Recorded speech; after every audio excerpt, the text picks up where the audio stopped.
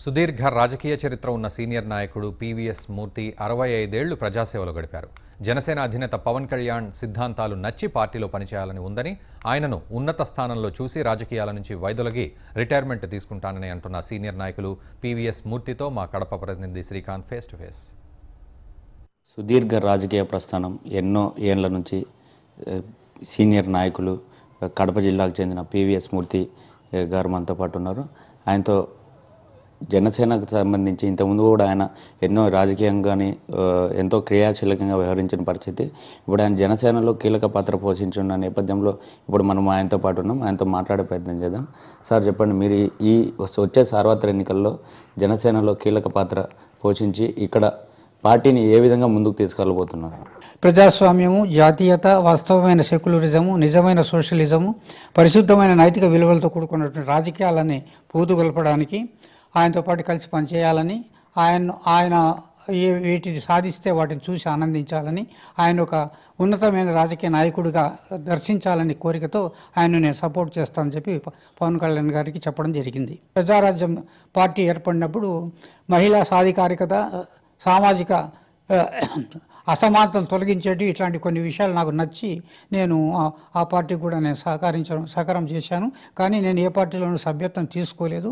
కేవలం నా యొక్క సహకారం అందించడం వరకే నేను చేశాను. ఈరోజు కూడా నేను జనసేనలో నాకు ఎలాంటి సభ్యత్వం లేదు.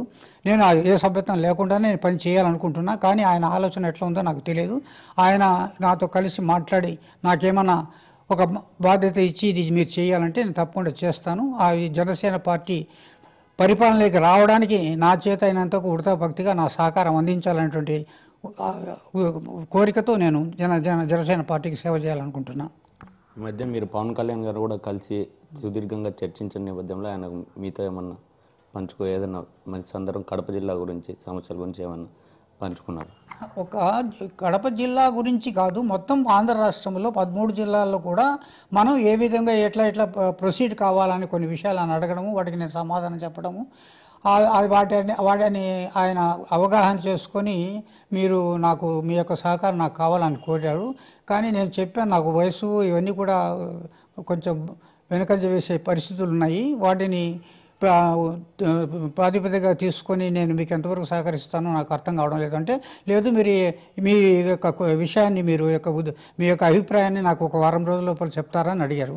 కానీ చెప్పలేమనంటే పోనీ 10 రోజులకైనా చెప్పండి, లేదు తప్పకుండా మీరు చెప్పాలని చెప్పి ఆయన అక్కడికి మా యొక్క సమావేశాన్ని స్టాప్ చేసి ఆయన వేరే మీటింగులకు వెళ్ళిపోవడం జరిగింది. నేను తిరిగి కడపకు వచ్చేసాను ఏలూరు నుండి. తర్వాత అనంతపూర్లో కలిసాం, కానీ అనంతపూర్లో ఆయనతో కలిసి మాట్లాడడానికి వీలు లేకపోయింది. ఆయనేమో నాకు ఫీలర్స్ పంపిస్తూనే ఉన్నారు. తర్వాత ఆయన అమెరికాకు వెళ్ళి వచ్చిన తర్వాత విజయవాడలో ఏదో ఆఫీస్ ఓపెనింగ్ ఉందని, అప్పుడు ఆ సందర్భంలో నాకు పిలుపు రావచ్చని అతనికి సంబంధించిన వ్యక్తులు కొంతమంది నాతో చెప్పడం జరిగింది.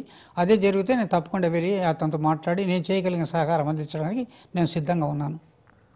ఇది ఇక్కడైతే పీవీఎస్ మూర్తి గారు మనతో పంచుకుని జనసేన ఈసారి ఖచ్చితంగా జనసేన అధికారంలోకి రావడానికి తన వంతు కృషి తాను ఖచ్చితంగా చేస్తానని చెప్పి ఈసారి పవన్ కళ్యాణ్తో కూడా ఈ మొత్తం రాష్ట్రంలో 12 జిల్లాల గురించి కూడా చర్చించుకోవడం జరిగిందని, ఖచ్చితంగా కూడా జనసేన అధికారంలో వచ్చేదానికి తన వంతు కృషి చేస్తానని కూడా పీవీఎస్ మూర్తి గారు చెప్పుకోవాల్సిన పరిస్థితి అయితే ఇక్కడ ఉంటుంది.